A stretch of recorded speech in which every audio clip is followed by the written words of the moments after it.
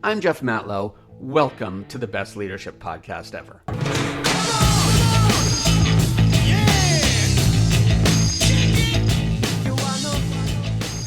Welcome back to the best leadership podcast ever, where every week we reframe your daily behavior to help you catapult your career. My name's Jeff Matlow. I'm a recovering entrepreneur. Now I help leadership teams become more productive and more inspired. Today, I want to talk about decision making. And it kind of starts with Toyota. You see, in the 1960s, corporate decision making was mostly hierarchical. What I mean is that leadership made the decisions and then employees were told what to do. Knowing that, it makes Toyota's 1966 policy changes really surprising. You see, Toyota leadership decided back then to let their lowest level employees make the type of decisions that could cost the company a massive amount of money. Specifically, they empowered their assembly line workers to pull the Anden cord. The Anden cord, if you don't know, is an emergency stop system.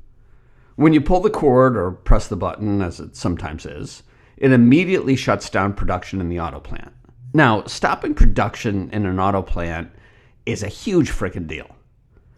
To put it in perspective in dollars and cents, it costs car manufacturers about $40,000 for every minute that production is stopped. That adds up pretty darn fast. Keep in mind that the average auto assembly line worker makes only $40,000 per year. That means in just 60 seconds of stoppage, it costs the company more than the entire salary of the worker who initiated the stop in the first place. Now, that's a lot of pressure to put on frontline workers. Imagine if it cost your company an employee's entire salary every minute they made a glaring mistake and halted productivity in the company. You'd probably be watching every single thing that employee was doing. You'd probably even be a borderline micromanager. And I don't blame you. It makes sense. And again, this is why it is so amazing that Toyota dared to think differently on this. In a world of top-down leadership, they decided to believe in the distributed decision-making power of their employees. As it turns out, their thinking changed the world. We'll get to that in a minute, but first we have to have a little kibitz about Kodak. Back in the late 20th century, Kodak was synonymous with camera film. At their peak, they owned 90% of the film market. Nobody even came close to competing with them. Kodak was also at the forefront of technological innovation at the time. Don't know if you knew that. They're actually the ones who came up with the first digital camera. They invented it in 1975. Unfortunately, Kodak's decision-making structure was far from revolutionary. Businesses in the 1980s were moving towards this more distributed decision-making process, but Kodak was stuck in a hierarchical decision-making model. Senior leadership made all big decisions, but like most senior leaders, they didn't have their ears to the ground. Honestly, I'm not sure if they had anything to the ground. Kodak's leadership decided to bury the future of digital cameras in order to maintain its current market share in non-digital film. Well, you know how the story ends. Canon, Sony, and Nikon invested heavily in R&D for digital cameras. And by 2003, digital cameras outsold traditional cameras. By 2010, Kodak's $20 billion in yearly revenue had plummeted 70% down to $6 billion. And in 2012, they filed for bankruptcy. Why? Poor decision making. Innovation, agility, and growth come from effective decision-making processes. And effective decision-making is not hierarchical. Maybe it used to be, but it isn't anymore. There's been quite a few studies that have shown that every new generation of workers wants to be more empowered with decision-making than the previous one. But back to Toyota and their Anden cord experiment for a second. It turns out that Toyota's move to empower frontline workers not only transformed their culture, but it transformed their industry. By empowering the workers, Toyota immediately experienced better quality control and fewer manufacturing errors. More importantly, they created an entire culture that was focused on constant improvement. Toyota's lean manufacturing process, as it has become known, became the standard for all car manufacturers. It still is. And all that from simply empowering employees to make decisions. So let me ask you, do you want your team to be more innovative, agile, and growth-minded? If you answered yes, which, by the way, happens to be the correct answer, the solution is simple. You need to define the decisions each employee is empowered to make. Now, for most companies, there are only a few areas of decision-making authority. Here are 5 common categories: finance, strategy, rules, and priorities. That's all one: strategy, rules, and priorities. People, partners, and process.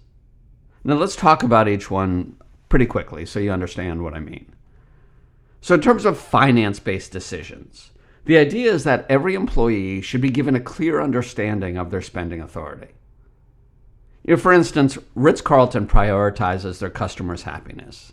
And to show this, they empower employees to spend up to $2,000 per customer to resolve the customer's issues or improve a guest experience. That's how you give an understanding of spending authority. Second, strategy, rules, and priorities.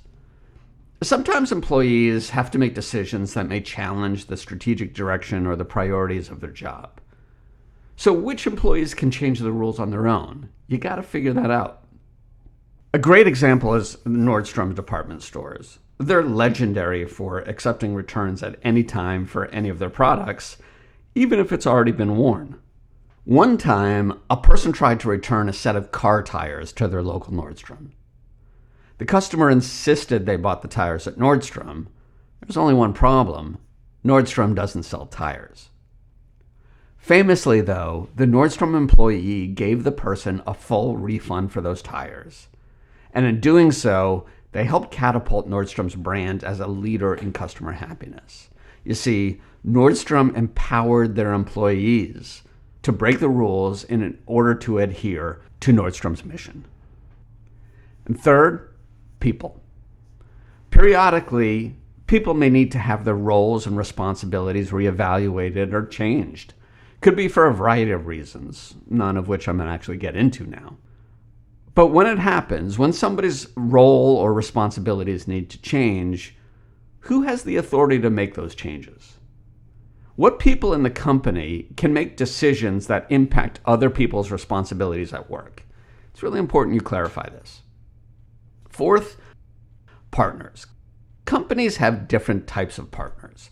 There are SaaS partners, strategic partners, investment partners, sponsors, and lots of others. So what decision-making authority do different employees at different levels have with different types of partners? Can they change a partnership structure? Can they eliminate a partnership? Make sure that's clear. And finally, processes. Processes are both the daily tactics employed by workers to achieve their goals, as well as company processes that employees follow to conduct daily business. Right? So who owns these processes? Who can alter the way things are done? Who's empowered to make changes to problems if they see it? I'm sure answers to a lot of these are in your mind. And they're probably in your employees' minds too in some cases.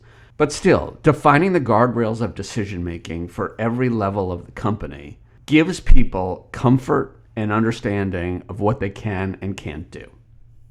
Because in our world where agility, innovation, and adaptability are the building blocks for success, it's essential to empower employees to make decisions.